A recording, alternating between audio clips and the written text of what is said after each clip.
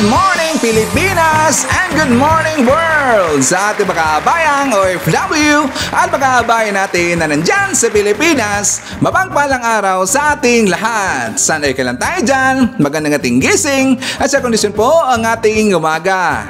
Mga kabayan ko, lag po itong i-remind sa inyo araw-araw na sana every morning mag-praise ng Panginoon. Magpasalamat tayo na ngayong araw ay gumising ka pa, huminga ka pa at sa napanood mo ang vlog ni Sir Ivan, okay? Baka na sa mga kabayan para magiging blessed tayo the whole day. Sa mga nakakape dyan, sa mga nag-breakfast, sa mga nandyan pa, sa kailang trabaho, at kaya pala po, girls na mga trabaho, welcome dito sa ating panibang episode, panibang balitaan, dito sa ating channel sa Jollibee TV, kung sa mga kabayan, pag-usapan natin yung mga kardaman dyan sa Pilipinas, mga nangyayari po sa loob-labas ng politika, at pag-usapan rin natin ang mundo po ng showbiz. Welcome mga kabayan, kasama niyo pa rin si Sir Ivan, ang ginawang radyo ng ating mga kabayan, pero hanggang ngayon ay bulol pa rin. Sa mga kabayan, kumusta ang lahat? How are you today? Well, sana po nasa mabuti tayo na kalagayan at walang sakit-sakit ang lahat. At sa mga kabayan natin na merong sakit, sana gumaling na tayo. At importante mga kabayan ay hindi tayo mawala ng pag-asa at saka mag-pray tayo sa ating Panginoon araw-araw, okay? So before tayo mag-start po na ating talakang ngayong araw, well siyempre, i-greet muna natin po ating mga kabayan na nag-celebrate ng kanilang birthday ngayong araw. At nandito po sa ating lista mga kabayan, i-greet natin ang happy birthday si Sir Lito. Siya po ang friend ni Ma'am Jad Seb na nandyan sa Abu Dhabi. Shoutout also sa kanyang mga friends from US na si Prissy and Don. Again, happy birthday Sir Lito. So isa po sa pag-uusapan ngayong araw, ito pong ipinakalat na mga fake news ni Sas Rogando Sasot at saka ni Mark Lopez mga kabayan, yung mga yung mga gunggong ng mga DDS kasi nga tungkol dito po sa sa confidential funds po ni Speaker Martin Romualdez at saka doon po sa kay Senator Mig Zubiri.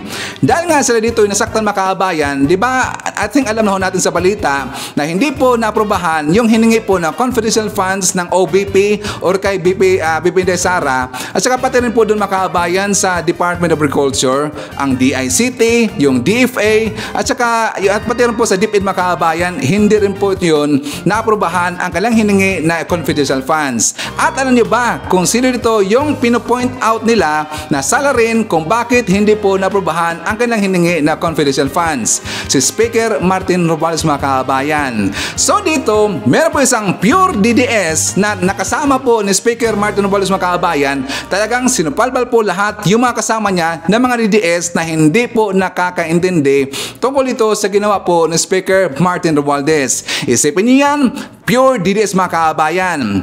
Ngayon, kasi ang pinupoint out dito ni Sas Rogando Sasot at saka ni mga kabayan, ni Mark Lopez tungkol kasi dito sa confidential funds ni Speaker Martin Romualdez na worth 1.6 billion pesos mga kabayan. Isipin niyan, confidential funds daw na 1.6 billion at saka doon po kay Zubiri is only 331 million pesos na confidential funds. Pero alam niyo ba mga kabayan, napag-alaman dito na hindi pala yan confidential funds at meron dito isang representative na talagang sinupalpal po yung post ni Sas Rogando Sasot at saka ni Mark Lopez mga kabayan. At ipapakita natin yan mamaya. Also, meron din pong sumabog na balita at video mga kabayan. Di ba alam na ho natin yung insidente doon sa Commonwealth, yung hinarang po yung traffic ng mga kabayan kasi daw ayon ng isang pulis, merong dadaan po na isang VIP. Ngayon, ipapakita ko sa inyo na isang video mga kabayan, parang tukoy na dito kung sino po yung ibig sabihin ng isang pulis na VIP mga kabayan. At yung personalidad na yon, talagang kinuyog po dito ng sambayanang Pilipino. Mamaya papakita natin yan.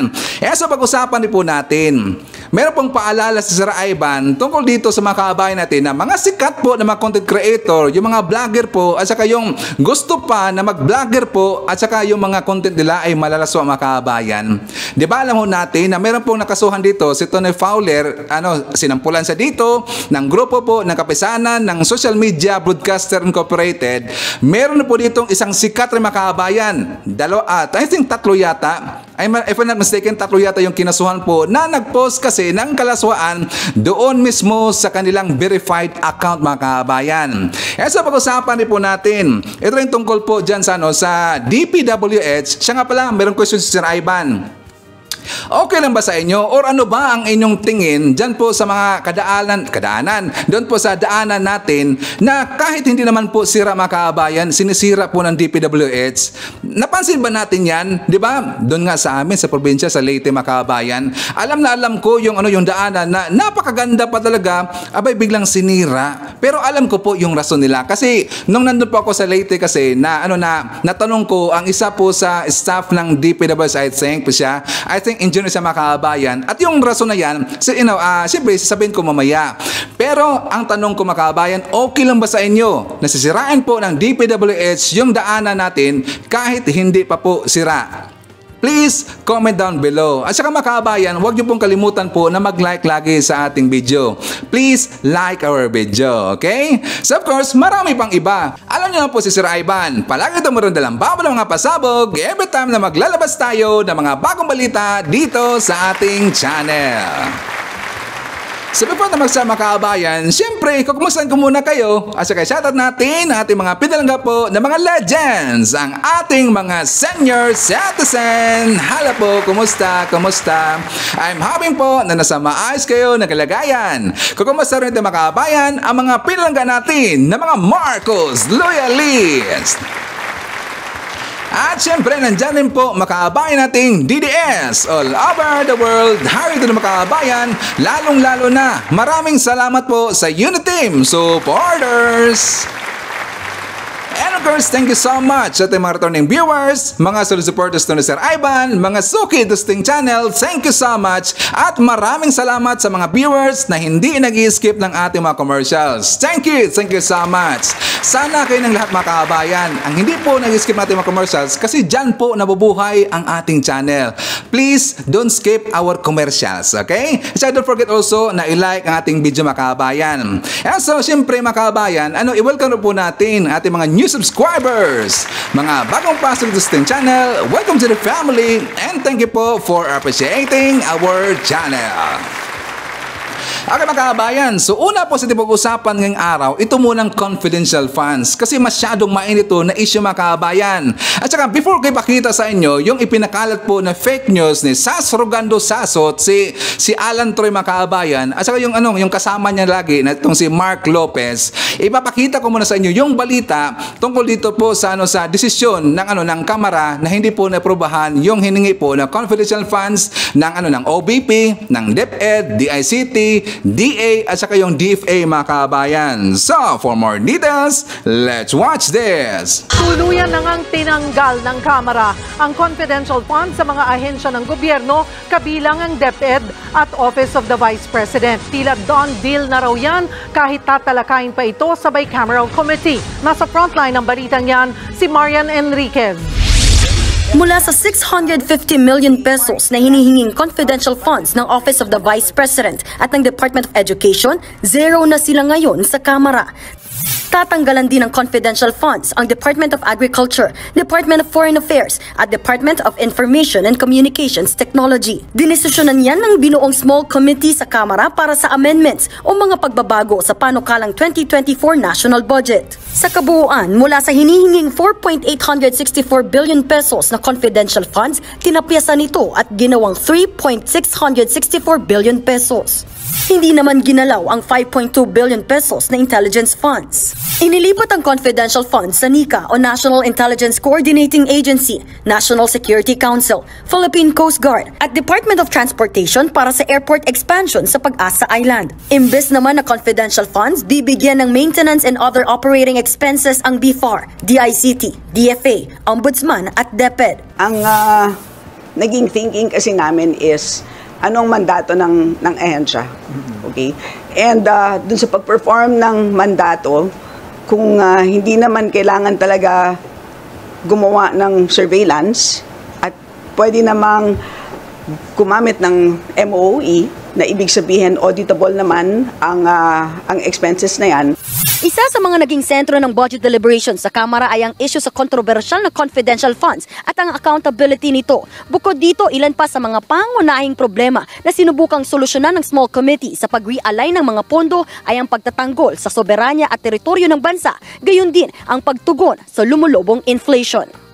Bukod sa pagtapya sa confidential funds, maglilipat naman para sa dagdag na pondo sa edukasyon, kalusugan at social services. Yan ang ipampopondo sa mga programa gaya ng rice subsidy, medical assistance ng mga mahihirap, tupad program ng DOLE at IX ng DSWD. Siniguro naman ang liderato ng Kamara na paninindigan nila ang mga pagbabago sa pagharap sa Bicameral Conference Committee meeting kasama ang Senado sa Disyembre. Ano yun nung nag-announce kami ng will realign the confidential fund. Nag-agree kagad. Nag-bow down kagad ang Senate. First time po yan na sabi ng Senate will follow and also will follow what the House has and Senator Risa, nabasa ko pa, na we will follow our colleague. And I heard nag-executive committee kagad sila. That's their decision. So, parang I think it's already a done deal. Sa October 25, nakatakdang isumite ng Kamara ang kopya ng 2024 budget bill sa Senado. Alam niyo mga kabayan, honestly, ito opinion ko lang po hindi po agree na hindi po napurbahan yung hiningi po na confidential funds ng OBP kay BP Sara mga kabayan, doon po sa DepEd, especially po sa Department of Agriculture, at saka ito rin pong DICT, kasi alam po natin yung DICT mga kabayan, meron sila dito, ginagamit kasi nila yan sa for intelligence, diba, tungkol dito sa cybercrime. So, kailangan po nila yung confidential funds mga kabayan. Like for example, doon po sa DepEd, alam ho natin kung saan ginagamit itong budget po nila na confidential funds sa DepEd, kasi nga para ito mamonitor po yung mga salot dyan sa lipunan na nandyan po lagi nagtatambay sa mga eskwelahan po ng mga kabataan natin. Yung lagi binibantayan nila mga kabayan. Kasi nga, di ba, parang pugad kasi na recruitment itong mga eskwelahan ng mga kabayan. So delikado po. Kaya kailangan talaga dito ng confidential funds ang DepEd, ang OBP, at especially po sa DA rin po mga kabayan. So yung mga nabanggit natin na mga ahensya na hindi po naprobahan ng kanilang hiningi po na confidential funds, medyo nalungkot rin po si Sir Ivan. Sa totoo lang mga kabayan, sana naprobahan naman po yun para maging fair naman po sa ibang ahensya mga kabayan. Ngayon, pag-usapan natin po itong ipinakalat po ni Sas Rugando Sasot, ni Alan Troy at ni Mark Lopez mga kabayan, na kung saan una ko ipapakita dito. Yan po, kasi alam lang po natin na medyo dismayado sila dito or medyo nagalit na sila na hindi po naprobahan yung hiningi ni BP Sara. Kaya kinompare na dito kung magkano po yung confidential funds na hiningi ng siyempre kay Speaker Martin Romualdez at saka dito rin po kay sa Senate of the Philippines ni Zubiri Makabayan. So dito kay BP Sara is only 150 million pesos lang mga kabayan. Compare po doon sa dalawa, 'di ba? Ang laki po. Sana man po dito sa Kamara na sana binigyan lang po sila dito ng confidential funds rin kasi gagamitin lang po nila yan sa intelligence para dito sa pagmonitor po sa mga salot ng lipunan. Ngayon, pupunta tayo dito kay Speaker Martin Romualdez mga kabayan. Yang pong 1.6 billion. Kasi nga nabash dito o talagang kinuyog dito si Speaker Martin Romualdez kasi nga 'di ba nakita natin na meron sa ditong pictures na kung saan kasama niya na nakamiting po yung mga makilawang grupo, yung Makabayan Black Makabayan. Sila si Raul Manuel, sila si Brosas, sila doon si Castro o grupo ni Castro, sila si Casino. Pero yun po nagbigay po ng pangit po na impression sa ibang tao Makabayan. Lalong-lalo na sa hindi po dito nakaalam kung ano ba talaga dito yung pinag-usapan nila. Pero alam nyo, sana intindihan po natin na si Speaker Martin Romualdez ay speaker ho yan mga kabayan. Kung meron man dito makipag-meeting sa kanya, courtesy call, or any meeting mga kabayan, siyempre kakausapin niya ho yan. Kasi speaker po si Martin Romualdez. Ang iba, pero hindi naman natin ibig sabihin na itong si Speaker Martin Romualdez ay tanga mga kabayan. Kilala niya po yung grupo na yan, yung Makabayang Black, kilala po sila kung saan dito affiliated at aware po si Speaker Martin Romualdez mga kabayan. Ngayon, Pag-usapan ho natin yung 1.6 billion pesos na kung saan alleged confidential fund ng makabayan. Ayon po ni Sas Rogando Sasot at saka ni Mark Lopez, kasi makikita natin yan makabayan dito po sa actually public naman ho yan, makikita nyo yan. Check nyo lang po sa Official Gazette ng Pilipinas. Dito po sa GAA, I think GAA ito bang basa niyan, or GAA, House of the Representatives. Ipakita ko na po dito, merong ang 1.6 billion pesos ay nakalagay dyan, confidential, intelligence, and extraordinary and miscellaneous expenses. So dito rin po kayo makabayan, so kumirmado, meron daw nakalagay na confidential funds at saka extraordinary expenses. Babalikan lang ho natin yan mamaya makabayan. So dito rin po tayo kay sa budget po nila ni Zubiri sa Senate, meron pong 331 million pesos and 942,000 makabayan. So the same pa rin po, confidential, intelligence, and extraordinary expenses. Ngayon, ang explanation po ni Kimbo makabayan, yan po ay hindi confidential funds. Pero before that, nagsabi na po dito si Zubiri, nasabi niya sa kanyang post, sabi niya, fake news alert. Walang confi funds ang Senado during my term. I don't want it and I don't need it. Sunog na naman kayo. So dito, sinupalpal niya si Sas at saka si Mark Lopez makabayan. So explanation po dito ni Kimbo, yung budget na yan ay hindi po confidential funds, kundi iyan po ay extraordinary expenses.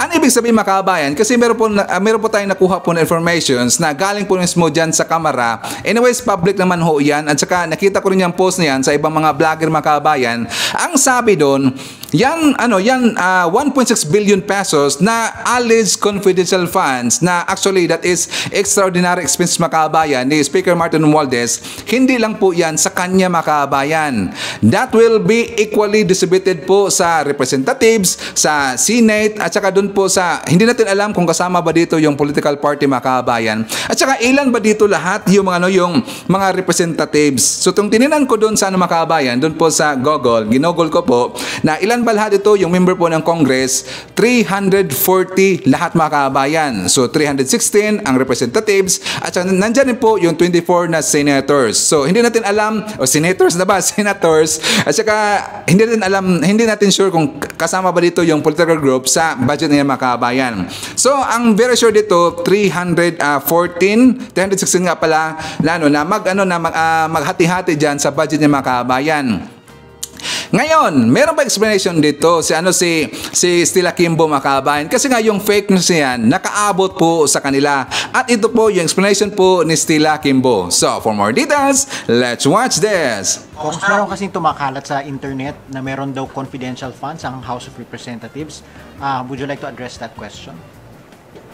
Okay, squarely, wala pong confidential funds ang Congress. Yung pong sinasabi na 1.6 billion ay extraordinary expenses. Ano po yung, para lang po sa for everybody's benefit, how is that different from confidential? Kasi pag tinignan mo kasi yung GAA, it's under the same heading. Tama po. Kasi ang heading ay confidential, intelligence, and extraordinary. So, magkaiba po yung confidential doon po sa extraordinary. Yung extraordinary po ay fully auditable, which is different from confidential. At ang Congress ay wala po ng confidential. Yung extraordinary po ay yung katulad po halimbawa ng expenses during calamities. So, that's an example of extraordinary expense. Yung pong kakaiba po, parang ganon. As foreseen circumstances. Yes, parang ganon. Opo. Yes. In short, that's fake news. Oh, 'di ba, Sas? 'Di ba, Mark? Fake news yang yung mga claim ninyo. Alam nyo, dapat intindihin nyo muna kasi kung anong ibig sabihin ng confidential funds versus dito sa extraordinary expenses. Ngayon, nagpalusot mga kaabayan dahil nga itong si Sas at saka si Mark at saka kasi napahiya sila.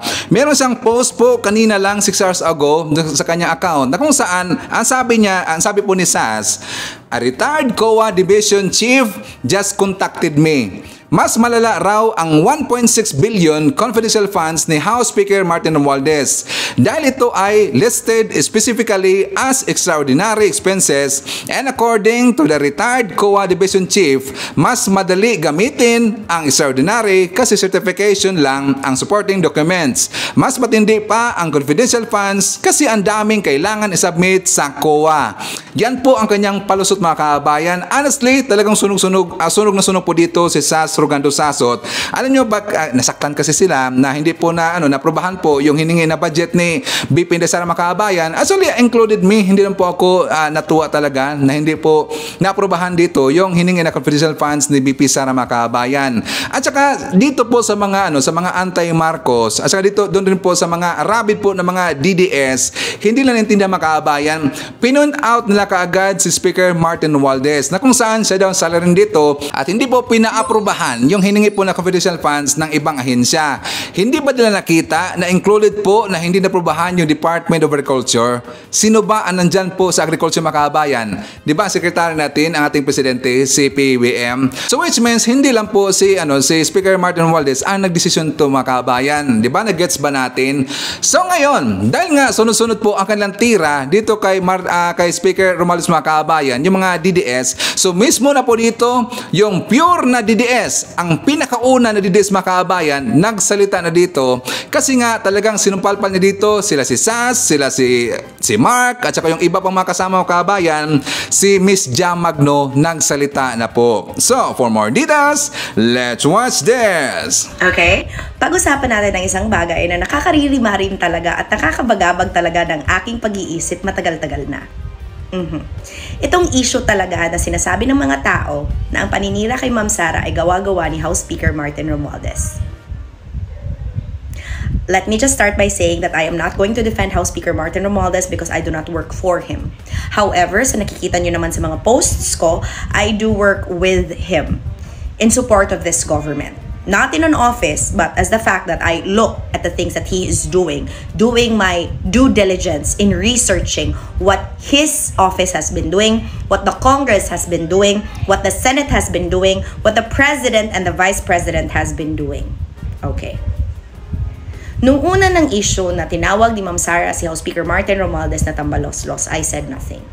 But instead, na-activate ang aking pagkamarites to really find out if there was merit in that fight.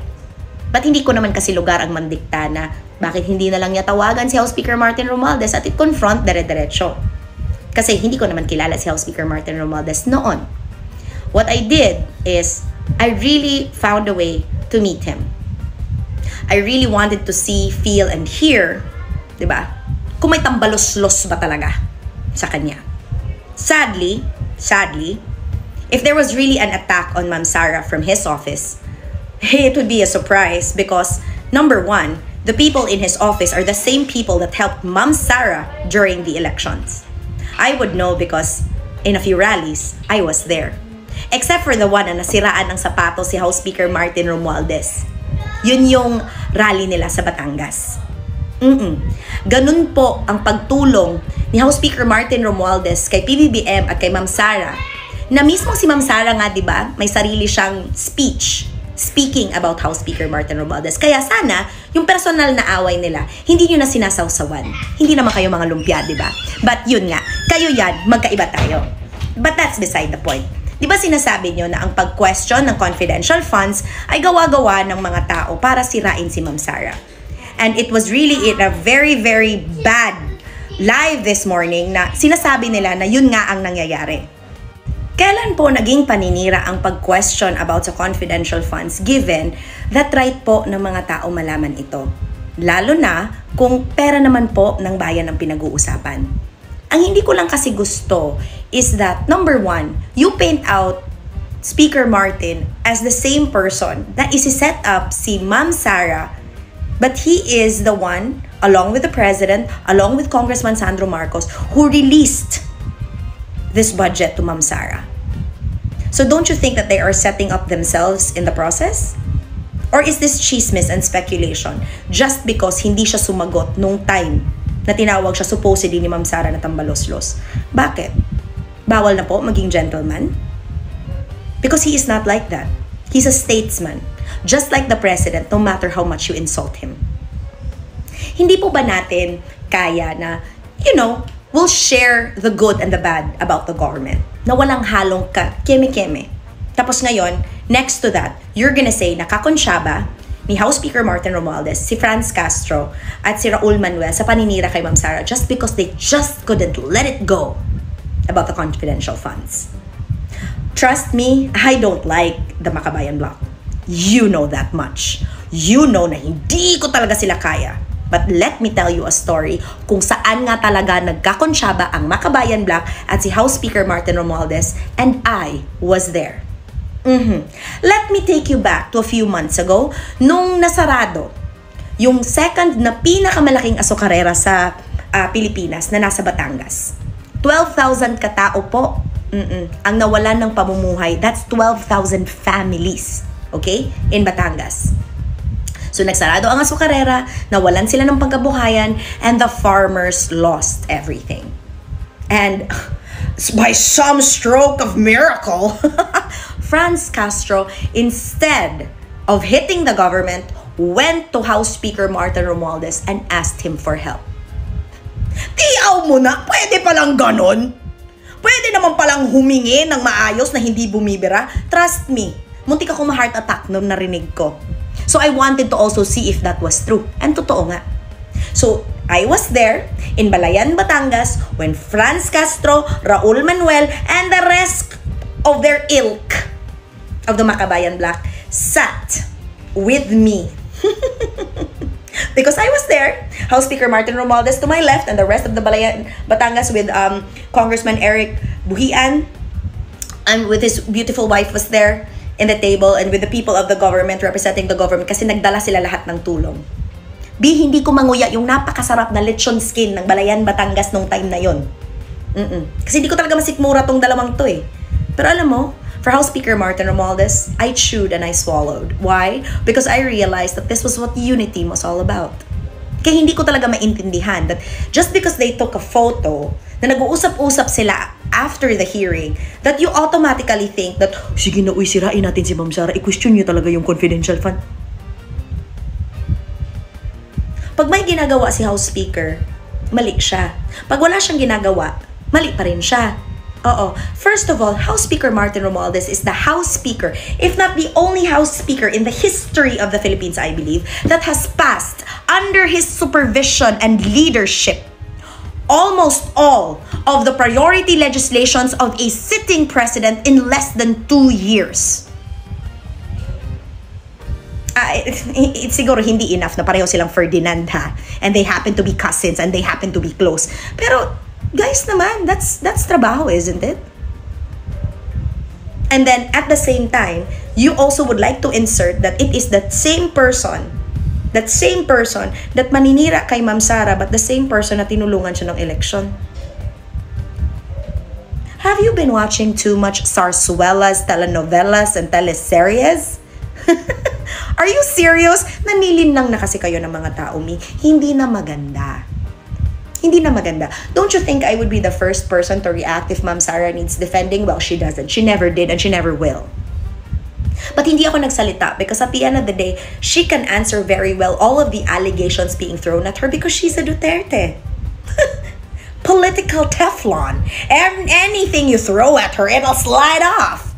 But what I don't like is just because nananahimik si House Speaker Martin Romualdez, and just because, you know, they're close, ni PBBM, that you automatically think he wants to be president. Really? Really, that's what you come up with. And yet, hindi nyo na iniisip na if ever may mga ganyan, don't you think that you are too early in the game? At ngayon na close si Ma'am Sara at si Ma'am Amy, they could be a tandem. So, let's focus on that, di ba? So, bakit?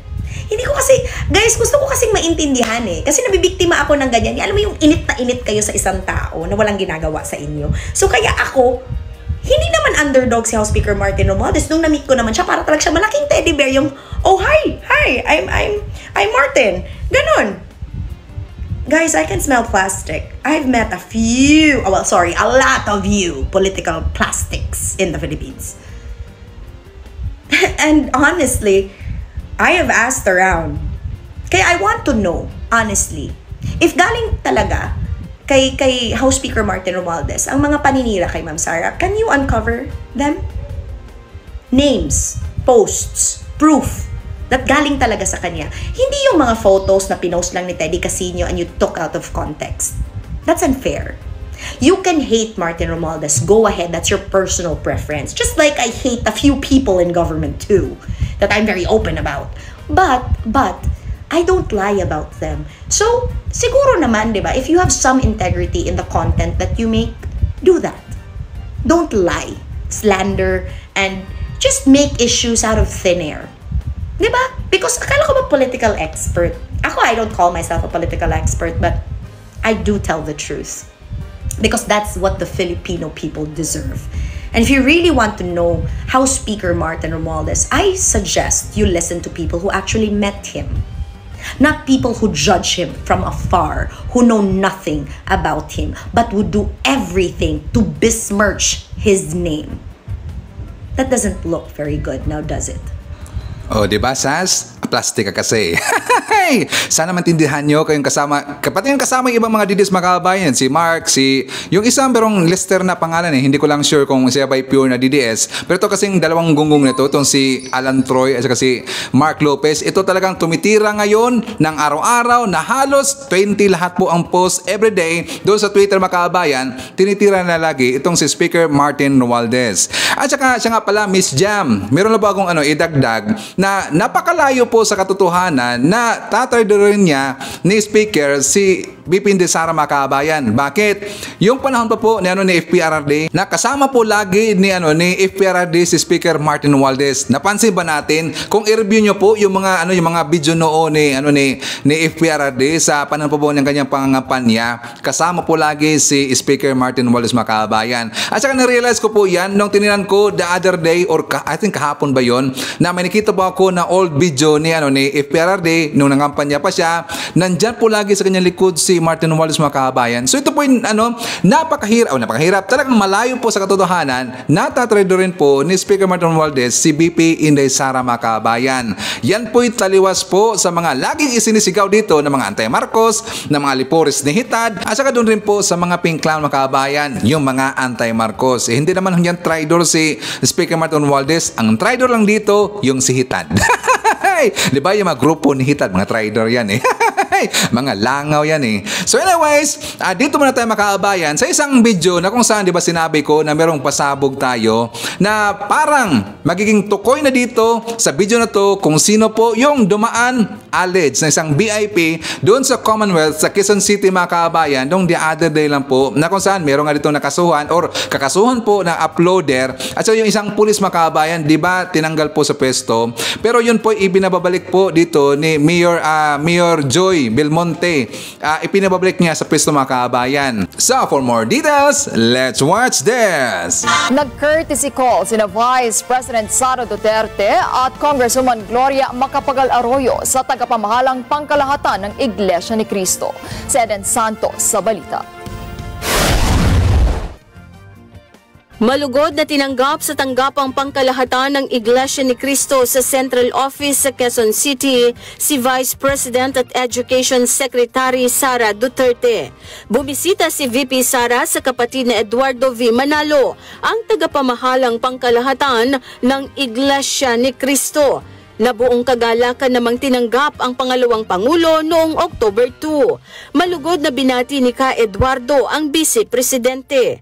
Kasunod ni VP Sara, bumisita rin sa Central Office ng Iglesia ni Cristo si dating Pangulo at ngayoy Pampanga Representative Gloria Macapagal Arroyo noon namang October 6. Tulad ni Duterte, malugod at masaya ring hinarap ng tagapamahalang pangkalahatan ng Iglesia ni Cristo ang opisyal. Ginagawa ng mga leader ng bansa ang pagbisita sa Central Office, panahon man o hindi ng eleksyon, upang magbigay ng kortesiya sa tagapamahalang pangkalahatan ng Iglesia ni Cristo, ang kapatid na Eduardo V. Manalo. Bilang kalihim ng Department of Education, isinusulong ni VP Sara ang pagbabago sa curriculum ng basic education sa bansa sa pamamagitan ng paglulunsad ng matatag curriculum o ang bagong K-10 program. Kabilang naman sa advocacy ang isinusulong ng Iglesia ni Cristo ang ukol sa edukasyon at bahagi nito ang pagtataguyod sa Alternative Learning System o ALS at Technical Education bilang bahagi ng programa na ipinatutupad sa New Era University.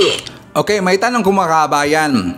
Dito sa mga membro po ng INC, sino ba sa inyo ang nakakaalam na pumunta doon si Pipi Sara at saka si Jimmy Makabayan? Diyan po sa headquarters sa INC sa QC. Please comment down below. Sino pa nakakaalam sa inyo? Bakit wala akong nakita po na nag-post na membro po ng INC na pumunta pala doon si Pipi Sara at saka itong si Jimmy Makabayan, si little girl. Diba? Bakit hindi natin alam yan? And kanina ko lang nalaman niya Makabayan doon kasi meron kasi nag-post niyan doon sa Twitter na kung saan, actually walang picture ho yun, may nagsabi lang na ibinalita daw sa Net25 na pumunta pala si Pipi Sara at saka si Jimmy doon sa kay kapatid Manalo ng INC. Ngayon, pupuntahan natin po yung date kung saan pumunta doon si Pipi Sara. Diba ayon po sa balita, October 2 mga kabayan. Ngayon, ang date naman po na pumunta doon si Jimmy is October 6. Kailan ba nangyari yung Commonwealth issue na kung saan sinibak dito at tinanggal po sa pwesto yung Pulis Makabayan? Kasi nga alis po na merong dadaan na isang BIP at hanggang ngayon issue na issue pa rin niya Makabayan at hindi natin alam kung sino daw yung BIP na yon. Kung titingnan nyo yung date, October 2 si Pipi Sara, October 6 po si Jimmy, sino ba sa kanilang dalawa ang malapit po sa issue na yun mga kabayan? Yung nangyari po sa Commonwealth. Diba si JMA? Titingnan nga natin yung balita. Babalikan na po natin mga kabayan na yung pong yung pag-post po ng MMDA chairperson, that is October 6 po na post. Sabi po niya dito ni Romando Artes, sabi niya na we extend courtesy especially to the President and Vice President because they have security concerns and not for anything else, privilege and entitlement. So October 6 ko yan niya sinabi mga kabayan. Yan po ang pagputok po ng issue sa Commonwealth issue sa traffic mga kabayan. Ngayon si Mayor J. Belmonte, diba sabi niya na gusto niyang i-reinstate po yung pulis kasi nga sabi ni Mayor Joy, he was simply doing his job last October 9. Nga mga kabayan, sa isip niyo ba, sino dito yung malapit po na date? Di ba mukhang si GMA mga kabayan? Mukha lang naman, hindi ko sinabing totoo talaga yan. Pero October 6 kasi, pumunta siya doon kay Kamanalo. Di ba? October 6, so makayatang si GMA. Hindi ko sigurado, hindi ko sinabing totoo talaga yan. Pero dito pa lang po sa mga comment doon sa na-post na video na yan sa Twitter mga kabayan, si GMA po ang kanilang tinutumbok dito na naging BIP daw. Meron dang BIP. BIP GMA na palang tawag or BIP little girl ang tawag ng mga kabayan, di ba? Kasi nga yung pumutok yung issue, si Pipi Sara ay nandun po sa Mindanao, meron siyang inatinan po na Teachers World's Day mga kabayan. Actually meron pong picture niyan at meron pong video. So confirm na nandun po si BP ni Sara. So sa tingin natin, itong si GMA, the little girl, siya po yung alleged BIP sa issue po ng Commonwealth traffic mga kabayan, di ba? So anyways, before na mag-jump po sa next topic, isa naman natin po ating mga silent viewers at yung mga viewers na hindi nag-skip ng ating mga commercials. I-share natin ating mga channel members, sila si Ryan, Cosmo Defender, Pusong Inami, o Sis Queen, Fiz Calante, Russell T. Rowell, Via Bibar, and Mel Grace Holmes. Hi to Erickson Miguel and family, they are watching in Hawaii. Nandiyan po kasama natin si Shane Sibal, Evelyn Garcia from Milan, Italy, Dory Arminion of San Pedro City, Laguna, Jess Tubtob from Calamba, Laguna. Nandiyan po si Ruben Egilios and Egilios family ng Babatngon, Leyte, Ashen from Cyprus, Ryan, Carclia, nandiyan po si Sister Beer, Redler, Trexie, Carmen, Lily, Judy, Red One, hi to Little One, Jay Cabal, Ma'am Lentek, Ma'am Self, Mami Chacha, Mami Lu, Tita S, Caitlin, Tatay Amik, and Tatay Jackfords of Jackfords family. I-share po natin si Jillian Quezon, Maricel Navora at Numangas family, they are watching from Olongapo City. Hi to Jeriel Tulen of Cebu City, greetings from Rodolfo Rana de Rabor, hi to Maiti Baisa, Teresita Tumaluan, Ermen Signoren, Antonio Payos, Aurora David, and hi to Emmy Sarino, Linda Lim, and Maria Mindasiplon. Of course, nandiyan po mga kabayan, ishare natin si Ma'am Marquez Hernandez and Rita Mejia and Asper Nito. Mga kabayan, pag-usapan natin yung tungkol po sa sa DPWH. Because I am very sure na marami talaga dito ang makaka-relate mga kabayan. Alam ho natin po yung mga gawain po ng DPWH at nakikita nyo yan dyan sa daanan natin na kung saan kahit maganda pa po yung daan, yung daan mga kabayan or yung kalsada na hindi pa naman lubak-lubak or kahit konti po na biak mga kabayan, bakit kailangan nila yung papalitan? Diba? So before tayo maglabas po ating opinion at saka yung aking mga nalaman po na information mga kabayan, galing po doon sa isang staff ng DPWH, ipapakita ko muna sa inyo yung balita. So, for more details, let's watch this! Ipinaliwanag ng Department of Public Works and Highways sa mga senador kung bakit nagsasagawa sila ng mga repair sa mga kalsada na maayos pa naman ang itsura. Nasa frontline ng balitang yan, si Mayan Los Baños. Kagagawa lang ng kalsada, aayusin na naman o kaya ang ayos-ayos pa ng kalye, sisirain ulit. Sa mga tanong na yan, umikot ang pagdinig ng Senado kasama ang Department of Public Works and Highways. Ano ba itong DPWH? Yung kalsadang ito, matibay pa, maganda pa, binubungkal na. Tapos yung sirang-sira na kalsada doon, hindi ginagawa, hindi inaayos. Sayang ang pera ng gobyerno dito. Hindi pa sira, binubungkal na, ayusin na. If we can spare money for public works construction, sa ibang lugar naman ang improve natin, not the same road or the same highway paulit-ulit na lang. Sagot ng DPWH, nagsasagawa talaga sila ng preventive maintenance sa mga kalsada bago pa ito tuluyang masira. Mas tipid daw kasi yan. Maganda-ganda pa ang tingin ninyo, but actually the pavement starts to deteriorate. So it will be more economical actually to repave it, just the pavement that we're going to replace. Yung sa mga kuwanho naman, yung talagang deteriorated and bumagsak na po yung base and subbase, that's going to be reconstructed po. So it's going to take yung mas malaking rehabilitation, reconstruction ang gagawin doon. Pero hindi kumbinsido dyan si Senate Minority Leader Coco Pimentel. Mahirap paniwalaan eh. I mean, it goes against the inputs of our senses, di ba? Kita na mata mo, ayos ba? Sasabihin sa iyo, sa ilalim bulok na yan. We have a pavement management system na which tells us actually what is now the condition of the road, yung sa bridges, ganun din po. And what kind of intervention we have to undertake. Your Honor, it's a little more systematic now at this time.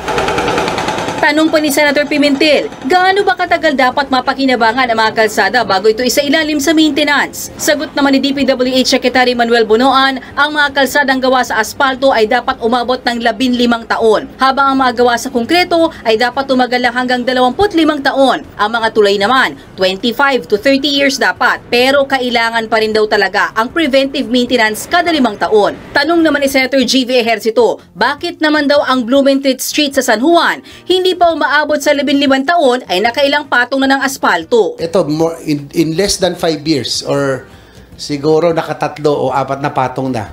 Ano na to? Malutong na to, parang skyflakes na. 3 patong na ito. Halos kasintaas na niya yung bangketa. Paliwanag din ng DPWH, kabilang sa mga dahilan kung bakit rumurupok agad ang mga kalsada ay dahil sa bigat ng mga dumadaang sasakyan. Ayon kasi sa ating batas, pinapayagan hanggang 13,500 kilos ng axle limit o bigat ng kargada ng mga sasakyan. Dahilan kung bakit nagkakabutas-butas agad ang ilan sa ating mga kalsada. Sabi po ni Secretary Bonoan, sa ibang bansa, 9.5 to 11 tons lang ang bigat ng mga sasakyang pinapayagang dumaan. To me, Your Honor, it's too liberal. The other challenge actually here, Your Honor, is how to impose actually the axle load limit.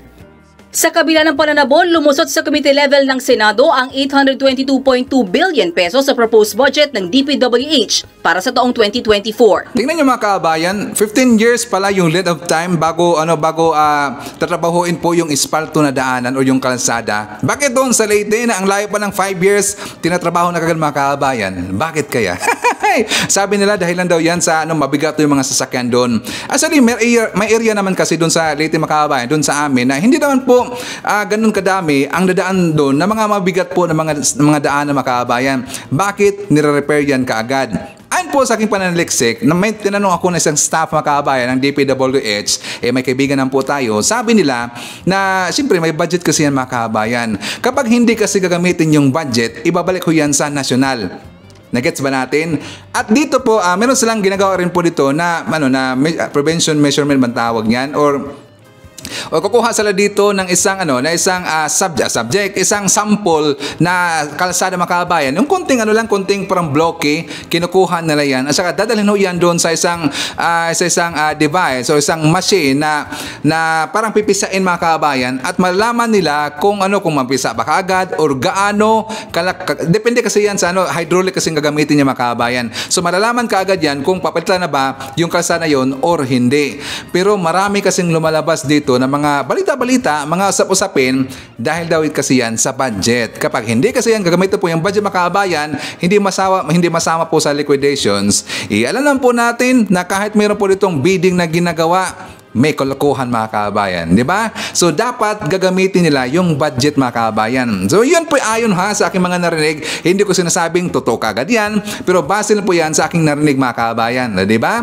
So anyway, siya rin po natin si Aspernito, nandiyan rin po si Joy Barbosa, Jesusa D. Magbanwa, nandiyan rin po si Efren Reyes, Rose Guevara, Marian Shuko, Susan Australia, nandiyan rin po si Esther Arboladura, John D. Tess Howgate, Imi Joaquin. Siya rin po natin sa Adolfo Alijo, Barkadahan Forever FM, Perla Crisostomo, Nonoy Floren Hills, OPM Labsong Sanchez, and Haitso Rogelio Ang, and Emily Punsaran Timaho.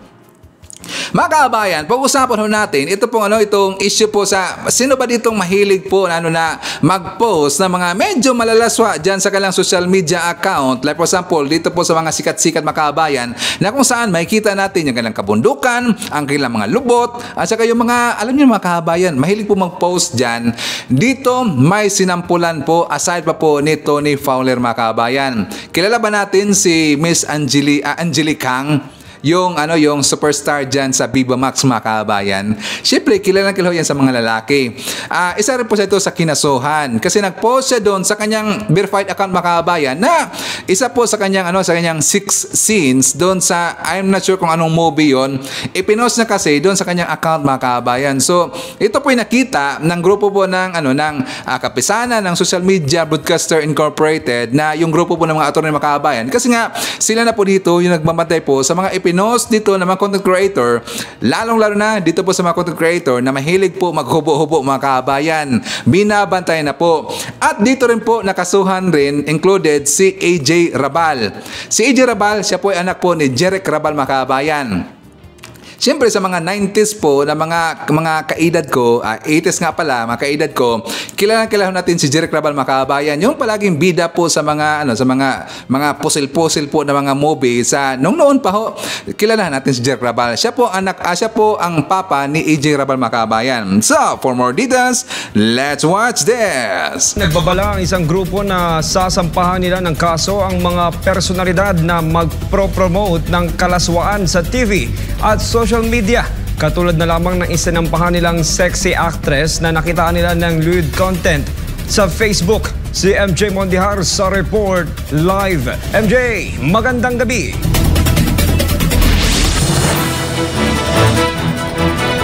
Kyle, magandang gabi. Ang mensahe ng grupo na nag-file ngayong araw ng kaso sa isang sexy actress ay para maiiwas ang mga kabataan laban sa mga malalaswang palabas, lalo pat may access raw ang mayorya sa mga Pilipinong kabataan sa social media.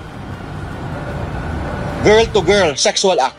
Nasa Facebook page mismo, hindi lang yan sa Viva Max application. Sa Facebook page nakita mo, nakahubad, babae to babae naghalikan. Isa lamang ito sa mga malalaswang content na naka-upload raw sa verified Facebook account ng Filipino-Korean sexy actress na si Angelique Kang. At para sa kapisanan ng Social Media Broadcasters ng Pilipinas Incorporated o KSMBPI, malaking kalapastanganan ang malalaswang content ng aktres sa mga kabataan.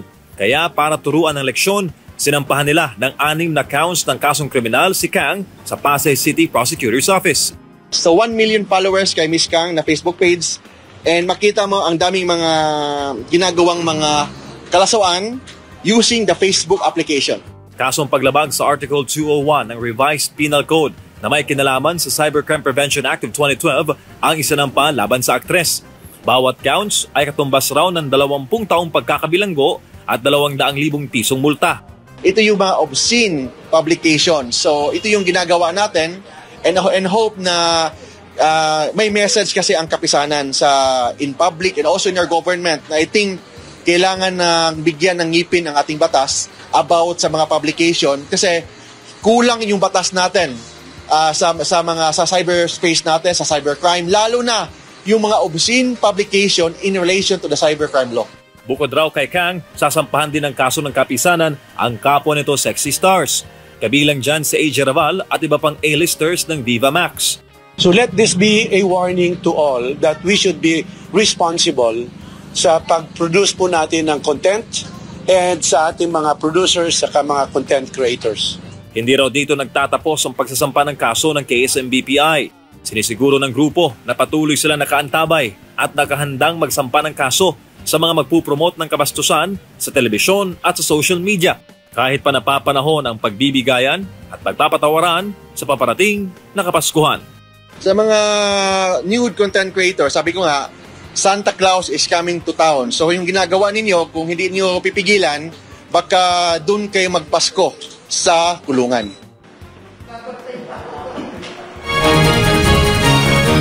Kaya nanawagan naman ang kapisanan ng social media broadcaster sa Pilipinas sa mga Pilipino na sumali sa kanilang kausa o sa kanilang misyon na iiwas nga sa malasaswang mga content ang mga Pilipinong kabataan at mananatili naman bukas ang SMNA News sa panig ng mga sinampahan ng kaso ng grupo ngayong araw. Okay, paalala lang po sa mga content creator or gusto po maging content creator at magpasikat kagad makabayan. 'Di ba? Lagi lang ginagawa po na para mapansin sila, magubo-hubo makabayan.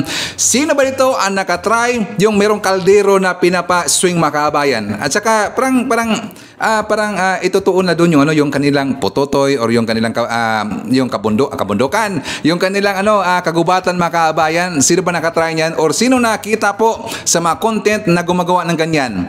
Yan po ay bawal mga kabayan. Yan po ay kalawaswaan po.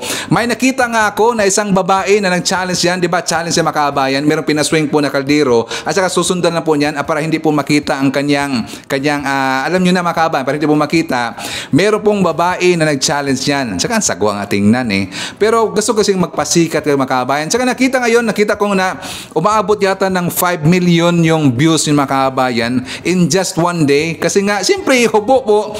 Nag-challenge, talang tinanggap niya yung challenge na yon, yung pinaswing po yung kaldero at saka wala siyang itnap, baliktaran nila po, walang pante, yun po ang sagwa talaga pero bawal ho yun mga kabayan.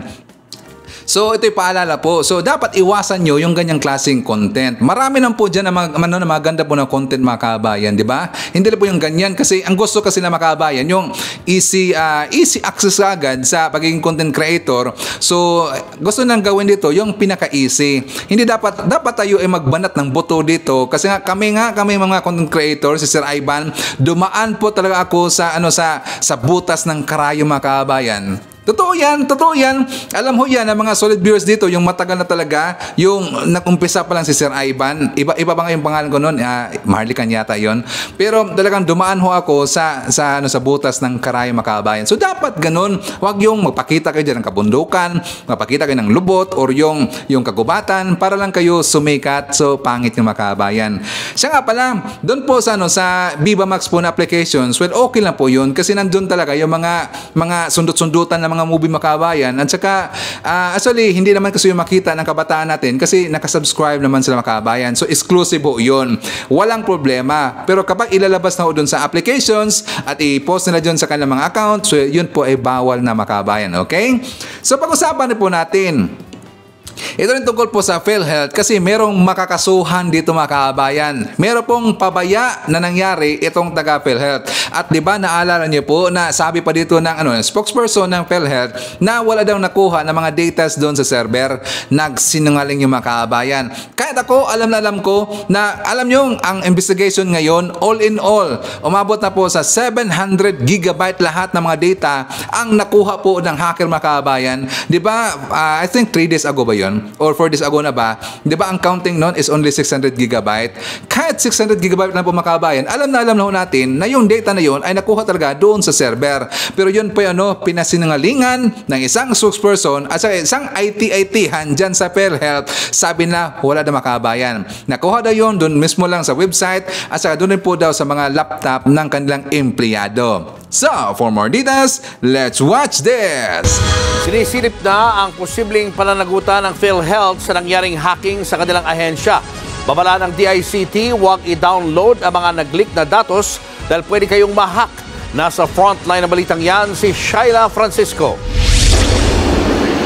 Mismong Department of Information and Communications Technology at National Privacy Commission na ang nagkumpirma na datos ng milyon-milyong miyembro ng PhilHealth ang nakompromiso sa nangyaring hacking sa system ng State Health Insurer. Sa kanilang investigasyon, lumabas na lampas 700 gigabytes na datos ng PhilHealth ang hawak ngayon ng Medusa ransomware group. Sa 90% na nasuring datos, karamihan mga ID pictures, bank cards details at detalye ng mga empleyado at miyembro ng PhilHealth. Pati mga transaksyon na konektado sa claims ng members nakuha rin. Pangamba ng NPC, baka magamit sa panloloko ang mga ito. Is it enough to commit fraud? That alone, I don't think na enough siya, no? But coupled with additional personal information and additional documents, posible kasi may personal information ka na to start with. Tinablayan ng PhilHealth. Mag-fabricate sila ng claim, no? Pag natanggap naman yan sa PhilHealth, napakamasusi ng ating adjudication process. So, malalaman natin kung bogus yung claim na yan. Git pa ng NPC, pwede ring magamit ang datos sa iba pang modus, lalo't kinalat ito sa dark web at sa mga social messaging apps. Kasama rin sa mga banta ang pag-access sa bank details, credit cards at e-wallets ng mga nakuhanan ng datos. Pati paggagawa ng peking ID at paggamit nito sa pagrehistro ng SIM cards. They will try to monetize the information by selling the information to scammers, to phishers, na pwedeng gamitin yung mga datos na yon. Babala naman ng DICT, pwede ring ma-hack ang sino mang magda-download ng files na ikinakalat ng hackers.